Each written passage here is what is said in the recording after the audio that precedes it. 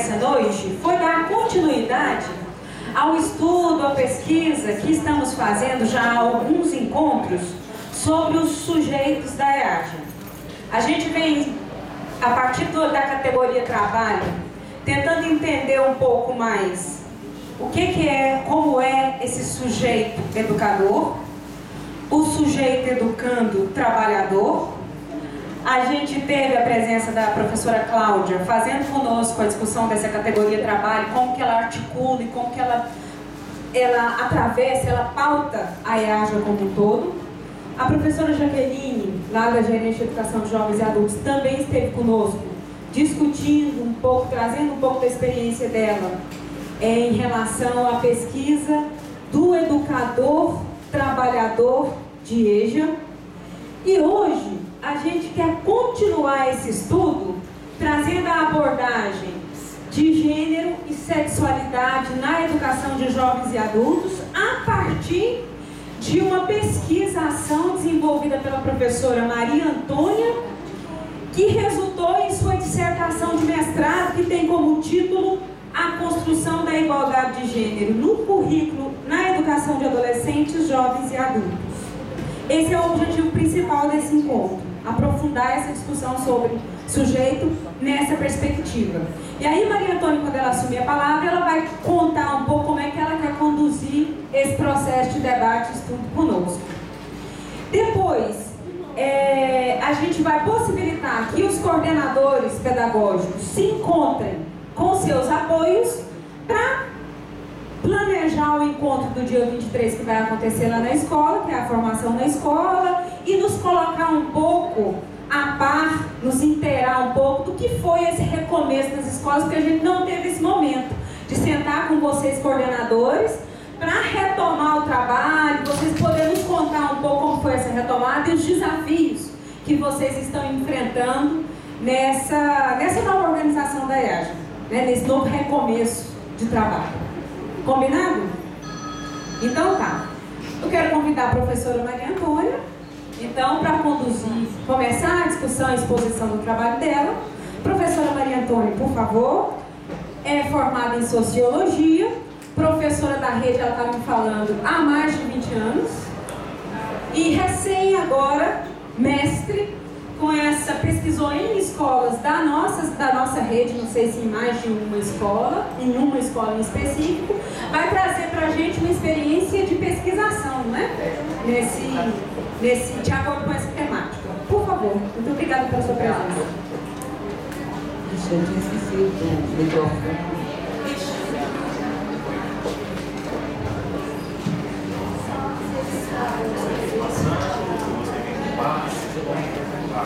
Você quer ficar sentado? Eu também posso passar aqui. Você que sabe. Bom, gente, boa noite a todas, né, e todos aqui presentes. É engraçado porque, para falar com os colegas da gente da rede, parece que é mais difícil, né? Não entendo, porque eu sou tão íntima das escolas, assim, do nosso trabalho na rede, então ao mesmo tempo a gente sente um pouco de receio. Bom, eu gostaria de falar com vocês sobre a temática gênero e sexualidade, mas dentro de um contexto mais amplo, que é o contexto da diversidade cultural. Porque, antes de começar, eu tenho uma proposta. É o seguinte, eu gostaria de falar com vocês por volta de 40, 45 minutos, que vocês podem estar me avisando, e o restante do tempo que eu disponho, eu quero ouvi-los, ouvir as questões que vocês têm, ou as experiências, ou as dúvidas que ficou sobre a fala. Combinado assim? Vai ter pergunta? Bom, o que eu proponho aqui a gente trabalhar nessas questões de gênero e sexualidade, e eu de início eu vou dizer que não é fácil trabalhar gênero e sexualidade na escola. Por que não é fácil? Nós temos na EJA, como nós estamos trabalhando com o sujeito da EJA há tanto tempo, e eu estou participando do processo de reescrita, nós temos o quê? Nós temos pessoas, adolescentes, jovens, adultos, adultas e idosos e idosas, todos que já têm, de certa forma, experiências sexuais. É difícil, ou opção de não ter experiências sexuais, porque é a liberdade da pessoa. Nós não temos, a maioria dos nossos adolescentes são pais, mães adolescentes e pais adolescentes. Então a gente supõe que eles tenham tido algum relacionamento sexual até aí. E os adultos são pais, as adultas são mães, os idosos e as idosas, a maioria são avós. Então a gente pode, sem pesquisa nenhuma, dizer que eles têm vida sexual, ou já teve, ou terão novamente vida sexual. Bom, e eu quero trabalhar com vocês esses pontos, a identidade, que é um eixo da nossa proposta política pedagógica. Então, nós estamos trabalhando dentro desse eixo da identidade. Dá para a gente ver que a gente já está trabalhando a proposta, né? E trabalhar diversidade cultural, currículo, gênero e sexualidade. Essa é a minha proposta, e com isso aqui que eu vou desenvolver com vocês hoje. Bom, o que a gente entende por identidade? O que nós entendemos? Fulano, né, a Maria Antônia é professora do sexo feminino, ela tem uma orientação sexual homossexual, ela é estudante e isso, ela é professora. Bom, isso é a minha identidade? Não, eu tenho várias identidades, como diz a nossa proposta, porque nós desenvolvemos a nossa identidade de acordo com o local que nós estamos vivendo. Então, eu também tenho outras identidades, assim como nossos estudantes da EJA e nós, professoras e professores da EJA. Nós temos várias identidades, elas não são fixas, elas não são imóveis. Nós podemos ter identidades temporárias, identidades a longo prazo, identidades contraditórias, né? Aí, as identidades. É um eixo de identidade, é da PPP, né? E baseia-se na compreensão de que o sujeito se constitui na relação com o outro e com o mundo. Né? A partir daí, o que eu fui trabalhando de identidade que tem muito a ver com a proposta política pedagógica, inclusive os mesmos autores e autoras. Que o conceito de identidade, né, do educando é caracterizado por quê? Por identidades de fronteira. O que quer dizer identidades de fronteira? Porque de acordo com as relações sociais que nossos estudantes e nossos professores e professores vão desenvolvendo, vão fincando algumas identidades, vão se estabelecendo algumas identidades, porque os estudantes e as estudantes, eles convivem o tempo inteiro com relações, nas relações sociais, e elas estancam o papel. Por quê? Porque nós temos várias pessoas de vários tipos, de vários locais, de várias identidades. E a desigualdade social, ela é um estanque das nossas identidades. Quais as identidades? A nossa identidade negra ou negro, a nossa identidade homossexual, de gay, de transgênero, de transexuais.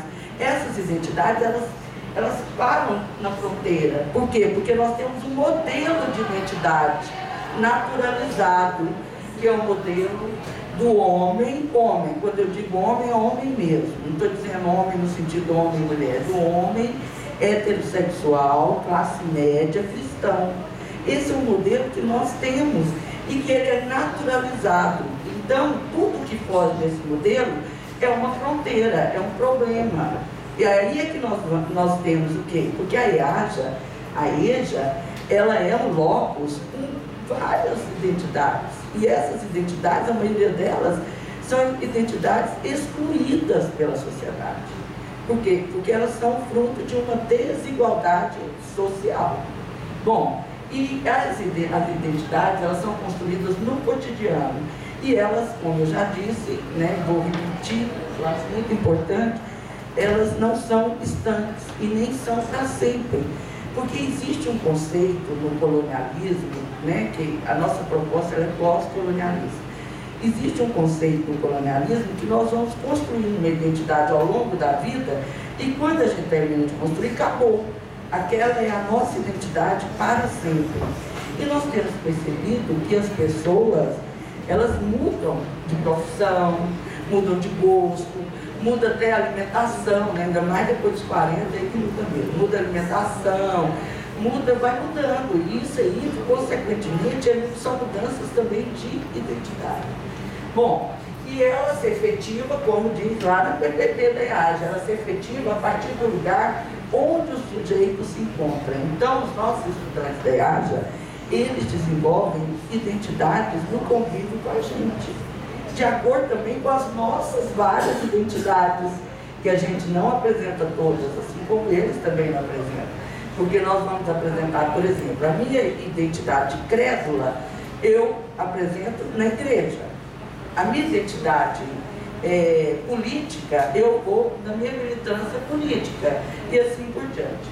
Bom, então os sujeitos, eles possuem identidades plurais e que se transformam ao longo da vida e que podem, como eu já disse, serem contraditórios. Bom, e esse conjunto de várias identidades forma o quê? A diversidade. Porque a diversidade é a construção social, histórica das diferenças. Então, como dizia Paulo Freire, nós temos que tentar viver a multiculturalidade, onde nós vamos aceitar todas as identidades coletivas e identidades individuais, identidades de classe e identidades pessoais, né? Então, qual é a nossa proposta? E aí eu coloquei laranja aí para ficar bem colorido, porque eu acredito demais nisso, e vários teóricos que trabalham em EAJA, de que a EAJA é o espaço da diversidade cultural. Por quê? Porque nós, por exemplo, na nossa EAJA, aqui no município de Goiânia, nós temos migrantes, né, do norte e do nordeste do país, maranhenses, paraenses. Nós temos quase 70% das nossas estudantes se declaram de cor preta. Então, como dizia uma professora lá da Católica, a Janira Sodré, a EJA é preta ou parda. Não sei se vocês lembram disso no simpósio. Eu não me esqueci quando ela disse isso. Eu falei, mas é mesmo. Nós temos os levantamentos do DAI, nós temos quase 70% de nossos estudantes que se declaram pretos ou pardos. E outra coisa, nós temos idosos. E todas as pessoas que frequentam a EJA, vale a pena ressaltar, e todas e todos que estão aqui já sabem disso, foram excluídos do sistema seriado de ensino. Ou foram excluídos do ciclo, ou estudaram em salas multisseriadas a primeira série para assinar o nome. De qualquer forma, eles foram, de uma forma ou de outra, excluídos da seriação, ou excluídas, porque senão eles não estavam na EJA. Eles já teriam completado a vida curricular de aula deles durante o percurso da vida deles. Então eles estão na EJA porque eles já são excluídos. Isso é grave, é sério, porque nós temos que prestar muita atenção nisso. Daí que a evasão é muito fácil para eles, porque eles já saíram uma vez. Agora nós que ficamos lá na escola, terminamos o ciclo 1, ciclo 2, ciclo 3, isso eu estou falando lá de 70, quando eu fiz primário, ginásio, a gente não largou a escola, porque senão a gente não estaria aqui. São poucos os casos de alguém que terminou o médio, demorou um tempo, depois começou a universidade. A maioria de nós que estamos aqui, se a gente for perguntar, todos tiveram uma vida regular de ensino. E não é o caso dos nossos estudantes da EJA, eles foram interrompidos, né? Então, a proposta de currículo que a EJA, a EAJA propõe nos documentos oficiais e nas nossas conversas, e a proposta que eu trago é de um currículo que esteja voltado para a diversidade cultural. Porque nós temos vários teóricos, e a minha pesquisa, a pesquisação que eu desenvolvi na Escola Campo, e agradeço muito a escola que me acolheu, provou isso. Provou que quando você trabalha as temáticas da diversidade cultural, você consegue desenvolver, tabular um diálogo com seus alunos e com suas alunas. E que eles... Acabou, vou tomar. Ainda bem que é só a bateria do computador, né? A nossa está aqui, né? Firme. Então, quando o que acontece? Acontece, não é uma mágica, é porque é difícil, tanto para nós professoras, discutirmos a diversidade cultural, quanto para os nossos alunos e alunas. Porque nós, quando nós trabalhamos e nos posicionamos, quando a gente se coloca na discussão, quando a gente coloca a nossa posição, a nossa forma de pensar, a nossa forma de ver o mundo, mesmo que as nossas posições não sejam as posições esperadas. Não quer dizer que todo mundo, a partir de agora, vai pegar uma bandeira GRS e sair sacudindo a bandeira. Não é isso.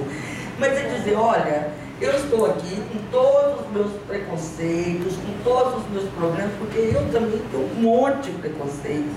Porque a gente todo dia é uma luta com os nossos preconceitos, com a nossa discriminação, com a forma de ver o mundo, com a forma de ver nossos alunos e nossas alunas. E quando há esse posicionamento e a gente realmente fala, olha, eu vou tentar discutir a diversidade cultural, isso gera, eu diria, uma cumplicidade. Por quê? Porque nossos alunos se sentem situados, eles se sentem colocados na discussão.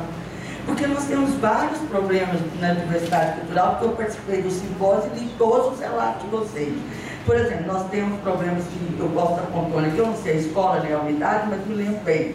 Problemas intergeracionais, que algumas escolas conseguem trabalhar o diálogo das duas gerações, adolescentes, idosos e adultos. A falta de paciência de um e a vontade de acabar com a paciência do outro, né? Então nós temos o diálogo, eu lembro bem que uma professora colocou isso no simpósio, lá no Tombé, né? Sobre a experiência e como melhorou quando eles posicionaram os idosos, as idosas e os adolescentes e as adolescentes. Então, nós temos, e isso também foi mostrado na pesquisa na escola. A partir do momento que os professores e as professoras se posicionaram e se colocaram na discussão, a discussão gerou resultados palpáveis, que eu não esperava. Eu confesso para vocês que eu não esperava que tivesse tantos resultados daquela forma tão consistente. Bom, então o currículo voltado para a diversidade cultural, creiam, ele resolve um monte de problemas emblemáticos que nós temos nas nossas escolas. E até pode diminuir a evasão escolar, porque as pessoas que são discriminadas e ou por ser surda, ou ter uma deficiência, mancar, alguma coisa que gera bullying, ou por ser gorda demais, magra demais, preta, branca demais, ou alta demais, baixa demais, gay muito afetado, gay guardado no guarda-roupa. De toda forma, essas pessoas diferentes na escola, e as mulheres, né, gente? As mulheres também, porque as mulheres é tão naturalizado o preconceito e a discriminação de gênero que nem nós, professores, percebemos o quanto a coisa é profunda, sabe? O quanto é subjetiva. E essas coisas vêm à tona quando você se coloca na discussão e se posiciona e fala, olha, eu estou tentando resolver, eu estou tentando discutir isso aqui com vocês, vamos nos colocar, vamos nos posicionar. E isso tudo, né, e é um aprendizado meu aqui na EJA, realmente é um aprendizado na Gereja, que o diálogo é a raiz de toda discussão. Porque se a gente não colocar e não deixar que os nossos alunos e as nossas alunas se posicionem na discussão com as suas experiências e o quanto é rica a nossa experiência de educadoras e educadores. Porque por mais que eu diga assim, eu não sei nada de gênero, eu não sei nada de sexualidade, quando você começar a ler um pequeno texto de 3 páginas, você vai entender que você sabe muita coisa, porque a sexualidade, ela não desvincula das pessoas. Por mais que a gente diga, não tem sexualidade, não precisa discutir sexualidade na escola. Na escola não precisa nada de sexualidade. A sexualidade está presente na escola. As questões de gênero, a desigualdade de gênero, ela está presente na escola. Mas nós temos que torná-la visível. Porque a partir do momento que a gente torna ela visível, nós temos condição de discuti-la e de gerar cumplicidade e de gerar uma empatia com as nossas estudantes. Bom, então o diálogo é uma possibilidade capaz de orientar. E quando eu trabalho a diversidade cultural, tanto eu quanto os meus alunos e as minhas alunas começam a perceber no outro a vida e as coisas. Eu começo a me ver no outro também. Pô, aquele cara lá, ele não é só travesti. Ele tem família, ele tem profissão, tem trabalho, tem angústias. E está muito difícil para ele estar aqui, porque ele é diferente. Quando a gente é diferente, não é difícil? Por exemplo, eu sempre fui muito escandalosa, sempre falei muito alto. Então é difícil ser diferente. Não é fácil. O bom é que eu seja o naturalizado, o igual naturalizado. O diferente sempre causa estranheza, porque vai bater de frente com a heteronormatividade. Bom, então o diálogo é o segredo, né, gente? Não tem jeito. E partindo, né, afunilando direto para a nossa discussão de gênero e sexualidade. Aqui tem um conceito de gênero. Os conceitos de gênero sempre são muito complicados. Lembra quando, aqui, não sei se aqui tem alguns professores, pelo menos eu estou vendo algumas pessoas que discutiram o texto do Gerry Adriani. Por exemplo, quando a gente estava lendo o texto do Gerry Adriani, a maioria das pessoas, e quando eu li as memórias, né, todas as memórias dos grupos, que me ensinou muito, as professoras, todas as professoras e professores diziam, mas ele não conceituou gênero. Ele conceituou gênero, mas porque o conceito de gênero é sempre muito difícil. Eu coloquei o da Guacira Lopes Louro, porque eu queria colocar o nome dela aqui na fala, queria que vocês anotassem esse nome. Tem texto dela até no Google, até. Qualquer lugar que você abrir, você vai ver textos da Guacira Lopes Louro. E ela é assim, como que eu diria, é a primeira pessoa no Brasil que trabalhou numa perspectiva emancipadora, eu diria assim, para usar um termo bem nosso. É a primeira que discute a coisa de uma forma muito, de uma forma muito bem discutida e que consegue arejar nossas ideias e consegue também quebrar um pouco de paradigmas e de modelos, tá? Mas eu vou falar no miudinho, o que eu entendo por gênero, tá? Esse conceito eu sei que é complexo, mas eu vou dizer no miudinho. Mas vamos ver. Gênero refere-se ao modo como as chamadas diferenças sexuais são representadas ou valorizadas. Refere-se àquilo que se diz ou se pensa sobre tais diferenças. Quais diferenças? Sexuais, né, gente? No âmbito de uma dada sociedade, num determinado grupo, em determinado contexto. Por quê? Porque a forma como as pessoas veem a construção do feminino e do masculino, do ser homem e do ser mulher, a forma como as pessoas constroem isso muda de sociedade para sociedade, nós sabemos disso, né? Em algumas sociedades, os homens que nascem homossexuais se travestem de mulheres e estão tratados como mulheres. Em outras sociedades, eles são mortos, assassinados, como é o caso do islamismo. Eu arrepio inteira de falar, porque é um absurdo. Todos são mortos, todos são presos, têm que sair para outra cidade, para outra sociedade. No caso brasileiro, né, os homossexuais, nós todos os homossexuais estamos aí na sociedade, mas nós temos, assim como os negros, nós sofremos de muito preconceito e de muita discriminação. Porque, e as mulheres também, no Brasil, tem muito preconceito e violência de gênero.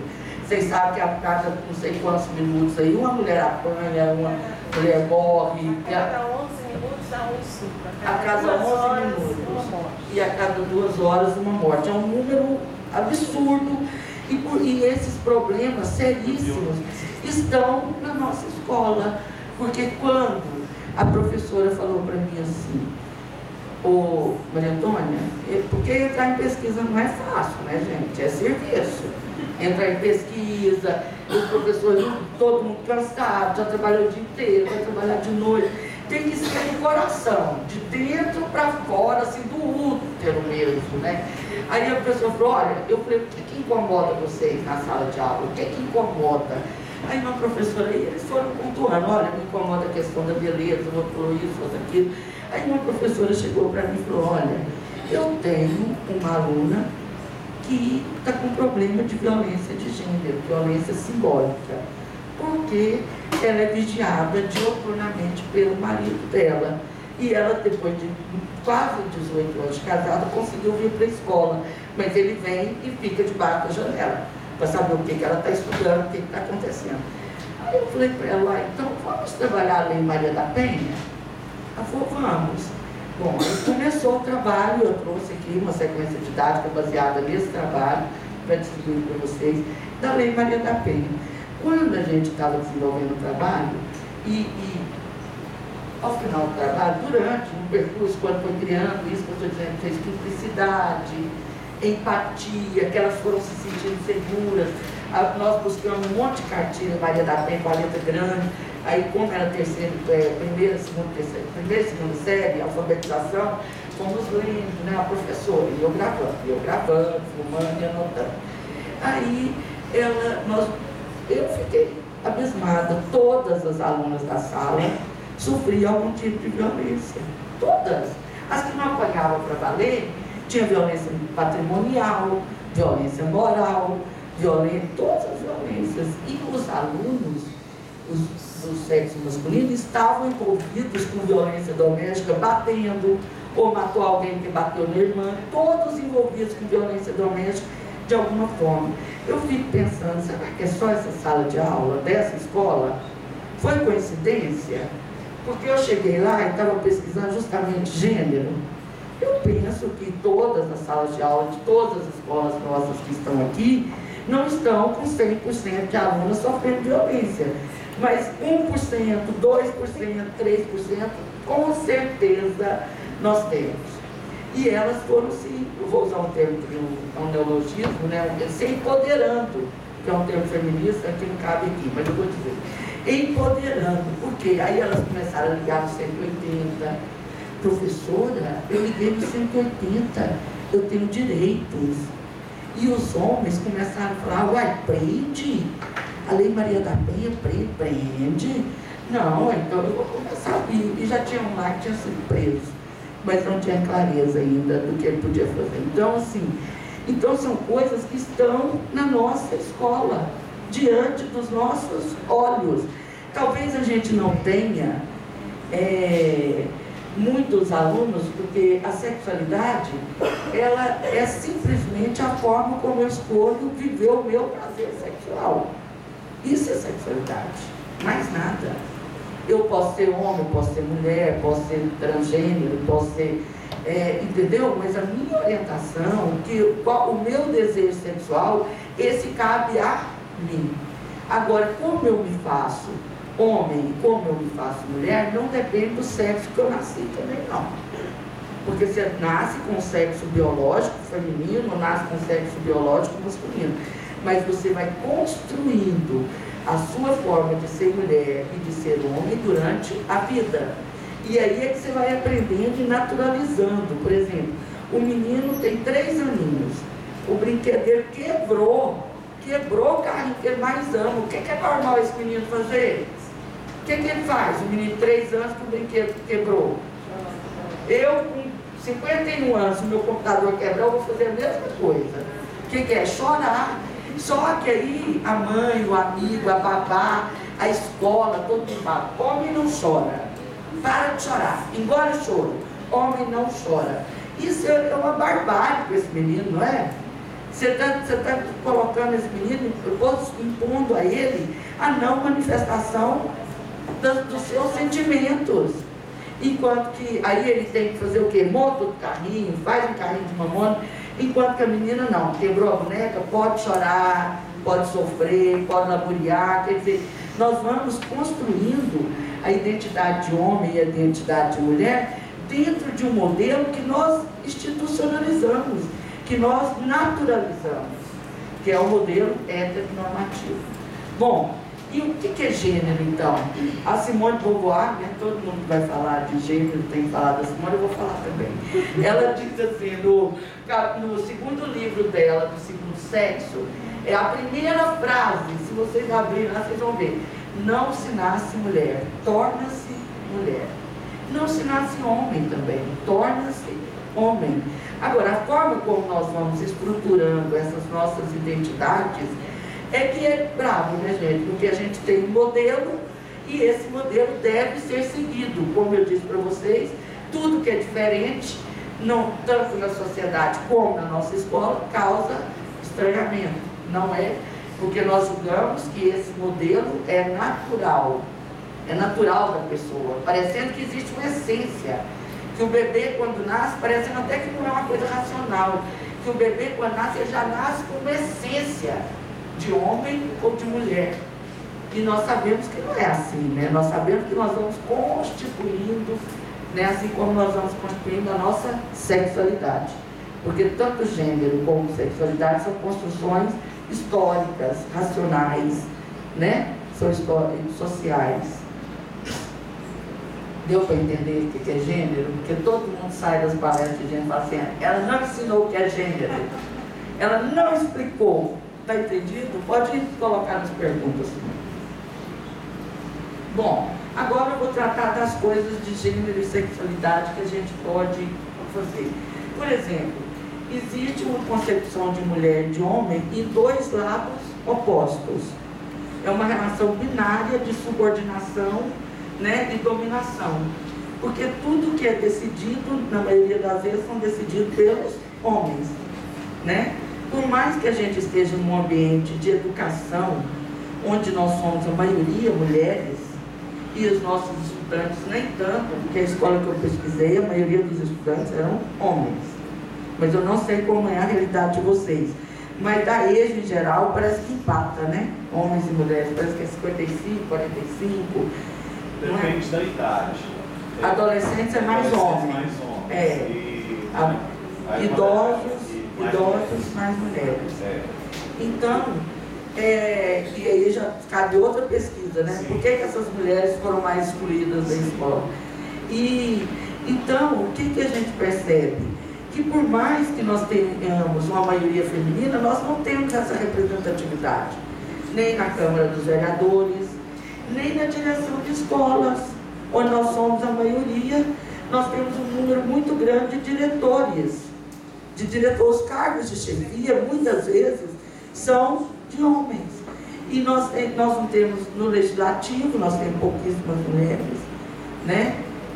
E na presidência da República, a gente teve uma que sofreu a maior violência de gênero que eu já vi, né? E foi expulsa, né? Então, nós temos que ver que isso é construído em caráter permanente e fixo, independente das identidades que compõem a IAJA. Existe uma dominação e uma subjugação.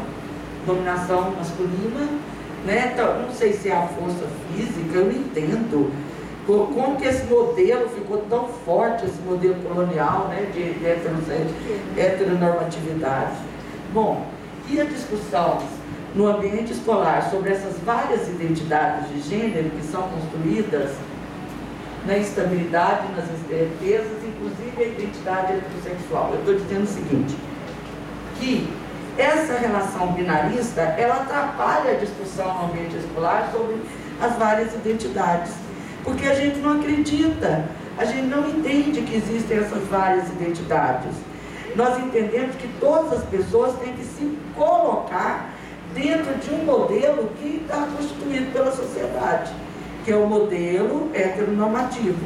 Então, os migrantes, os deficientes físicos ou, né, mentais, as mulheres, né, as idosas e os idosos também entram nesse grupo, todos estão fora desse modelo que nós estamos. Por exemplo, a IAJA, ela está se constituindo agora no espaço de adolescentes, não está? Nós temos um grande número de adolescentes. E o que nós temos que fazer? Nós temos que trabalhar com esses adolescentes para que eles entendam as outras gerações e que os adultos entendam a geração dos adolescentes. Por quê? Porque senão nós vamos criar uma soberania na IAJA. Uma soberania. O grupo que for mais forte é que vai ditar as leis. Por exemplo, a idosa tem dificuldade para copiar. O adolescente já terminou de copiar. Como que eu vou fazer na sala? Quem que eu vou atender? A urgência do adolescente, que dá conta de ouvir música, olhar o WhatsApp, escrever e aprender, tudo ao mesmo tempo, depende do interesse dele. Ou a vontade daquele aprendizado mais consistente, né? Porque na cabeça do idoso ele está aprendendo ali, mesmo que a gente saiba que depois ele pode esquecer a alfabetização, vocês sabem disso, né? Que esquece depois. daí o caráter permanente da EAJA, porque ele pode voltar e voltar quantas vezes ele quiser, né? De acordo com o CURI. Então o que a gente vai fazer? O que eu devo fazer em relação a isso? Porque eu tenho uma única sala, com 20 alunos, 25, não posso dividir em duas. Eu não posso separar as gerações. Então, isso aí são trabalhos que são coisas que são difíceis. Porque tudo é assim, ou é certo ou é errado, ou é homem ou mulher, ou é rico ou é pobre, ou preto ou branco, ou gay ou hétero. Tudo é numa visão binarista, não relativiza. E nós temos esse árduo papel. É fácil? Não é fácil. Não estou querendo. Depois vocês fazem, ela acha que é fácil, né? Ela está achando que eu vou chegar lá na escola e vou conseguir resolver todas as contradições. Não, pelo contrário. Eu penso que nós podemos problematizar essas contradições. Problematizar, porque nós não temos resposta para tudo. Mas a partir do momento que nós problematizamos e nos posicionamos com os estudantes e as estudantes, nós temos condições de encontrar vias, né? E talvez também que o adolescente se veja no idoso e que o idoso se veja no adolescente. Inclusive é até mais fácil, né? O idoso que é tão impaciente, é mais fácil para ele, porque ele já foi adolescente, ele já fez as suas travessuras, né? Bom, então essa visão binarista, ela atrapalha a discussão no ambiente escolar. Então, uma das primeiras coisas que nós podemos fazer é tentar quebrar essa visão nossa binarista de certo e errado, né?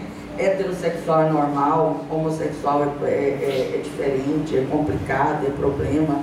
Se a gente começar a quebrar essas visões binaristas, talvez a gente fique mais, como é que eu vou dizer? Não é que a gente vai virar moleza, não, ficar mole, não é isso não, racionalmente. Eu posso ficar mais solidário a essas questões, né? Posso ficar mais tocado, né? Bom, e a sexualidade dos sujeitos é constituída por quê? Por um monte de signos que a Judith Butler, que eu não aventurei trabalhar com ela no mestrado, tem que assumir, porque ela é muito complicada, mas ela diz que a gente assume uma performance, que nós vamos construindo uma performance. Nós vamos escrevendo no nosso corpo a forma nossa de vestir, de falar, de ser, de entender. Essa é a performance que nós vamos criando. Ela conta numa das entrevistas dela, e vale a pena ler as entrevistas da Judith Butler, que ela estava em Londres, andando, né, porque jeitinho dela de ser assim, e estava andando, e aí um menino olhou para ela e falou: uai, você é sapatão? Você é lésbica? Aí ela olhou e falou assim: sou lésbica. Aí a menina, vamos conversar então? E a menina não tinha mais questões, porque a menina só estava preocupada com a performance dela, com a forma como ela foi constituindo a forma dela de ser e de se mostrar ao mundo. Porque nós vamos constituindo a nossa forma. Quando a gente vê os nossos adolescentes, né, com os passadores, né, o brinco e tal, ou a tornozeleira eletrônica, né, que nós temos um monte de adolescentes, estudantes, adultos com a tornozeleira eletrônica, como nós vamos trabalhar isso? De que forma que nós podemos e desenvolver um trabalho que haja compreensão dessas pessoas? Não é porque ele está com a tornozeleira eletrônica que ele está fadado a acabar e não estudar e não trabalhar mais, né? Então, é isso. Continuando nesse discurso meu aqui. Agora estou tentando vender o peixe, vocês estão vendo, né?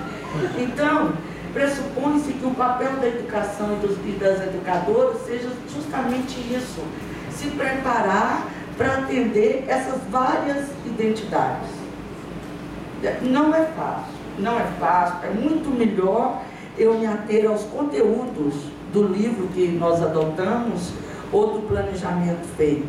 Mas eu digo para vocês, a Nilma Lino Gomes também disse isso, vou usar as palavras dela, que quando a gente trabalha a diversidade cultural, nós enriquecemos os nossos estudantes e a nós mesmos, nas condições de trabalhar os conteúdos rotineiros. Você entendeu? Assim, por quê? Porque a sexualidade e gênero gera curiosidade. Toda vez que vocês forem, tentem trabalhar, mesmo com todas as dificuldades e os percalços, tentem trabalhar para vocês verem que gera curiosidade. E todos querem saber o que é bissexual, o que é heterossexual, como é que é transgênero, o que é travesti, o que diferencia um do outro. Isso não quer dizer que nas pesquisas que eu tive acesso da Unesco de 2004 e de 99, tem 2 dados muito importantes. Primeiro, que nós não temos na nossa formação inicial, né, nos cursos de pedagogia e nos cursos de licenciatura, como eu não tive, nenhuma formação sobre gênero e sexualidade. Só como disciplina optativa ou como eletiva. Então, a maioria das nossas faculdades não oferecem formação inicial em gênero e sexualidade. As professoras e os professores da escola que eu pesquisei nem teve esse conteúdo na sua formação inicial curricular. Bom, segundo dado, que nós temos um grande número de preconceito contra gênero, sexualidade, etnia, entre nós, professores e professoras. Entre nós, professoras e professores, os alunos e as alunas nem tanto, mas os nossos alunos adolescentes, ao ponto deles dizerem assim, você está no ônibus e tem um gay sentado no banco, e o ônibus está lotado, e tem um lugar do lado. Você vai se sentar ao lado do gay? Ah, professora, eu vou sentar ao lado do gay porque não tem outro lugar, mas vai que fica mexendo comigo. Porque aí vem a Guacira que eu falei para vocês, que ela diz o seguinte, que os meninos, os adolescentes, os homens principalmente, eles se sentem, como que eu digo assim, colocando em xeque a sexualidade deles, parecendo até que pega, que pode ter um problema, se tiver cantada, se tiver alguma coisa. Então, o preconceito é muito grande entre as professoras, entre os professores, entre os estudantes de ensino médio, muito grande. Essa pesquisa foi feita com estudantes de ensino médio de escolas particulares e públicas. Vocês podem olhar, Unesco 2004, pesquisa, gênero e sexualidade. Vocês podem jogar assim que dá. E um preconceito muito grande. Então, nós temos os nossos preconceitos, muito grandes. Mas nós temos esses estudantes. Talvez eles não estejam na escola porque eles já sofreram tanto bullying que parece que a EA já afugenta. Travestis, prostitutas, gays, lésbicas, eles matriculam, mas não concluem. Matriculam, então onde está o problema? O que é? Tem uma coisa aí, né? Tem alguma coisa. Outra coisa que eu proponho a vocês, não aparece o nome da Nayo, é uma pesquisadora, que é a reflexão sobre as práticas pedagógicas na escola e em sala de aula, a partir da consideração das experiências dos sujeitos envolvidos. Aí eu digo, quem são os sujeitos? Está lá na nossa proposta. Os sujeitos da EAJA são professoras, professores, alunas, alunos, direção, gestão e o administrativo. Então, todo mundo é sujeito à EAJA. Todo trabalhou com a EAJA, nós somos sujeitos à EAJA. Então, todos os sujeitos envolvidos, né, em suas dimensões sociais, individuais e institucionais. Nessas pessoas, a mudança só acontece quando ela toca na subjetividade. Não adianta a gente ficar fazendo discurso. Não adianta. A gente pode fazer um curso inteiro do tamanho da Bíblia sobre gênero e sexualidade, com aquela letra miudinha, que ao final de todo o estudo, se eu não toquei na minha subjetividade, se eu não entendi e se eu não absorvi essa ideia de que trabalhar a diversidade cultural é importante na escola, esse trabalho não vai acontecer. Aí vem Paulo Freire, eu não lembro qual livro, eu li alguns, porque eu me apaixonei pelo Paulo Freire, gente, me apaixonei. E que ele diz o seguinte, olha, pode ser que a professora ou o professor não tenha nenhum interesse em trabalhar gênero e sexualidade, mas a partir do momento, ele não diz o tema gênero e sexualidade, trabalhar algum assunto que saia das estudantes e dos estudantes. Mas se ele tiver a sensibilidade para refletir sobre o seu trabalho e sobre a sua prática pedagógica, ele vai aprender a ouvir esses estudantes. E quando ele ouvir esses estudantes, ele vai trabalhar as temáticas, talvez ele nem concorde, nem queira trabalhar. Mas ele quer dizer no meu dia que nós temos que trabalhar as coisas por mais que elas nos contrariem, porque é a demanda. Medo e ousadia. E a outra coisa, aí, tá vendo? Identificado. E a outra coisa é que é difícil trabalhar esses assuntos. Demanda estudo. Nós temos que estudar, temos que ler.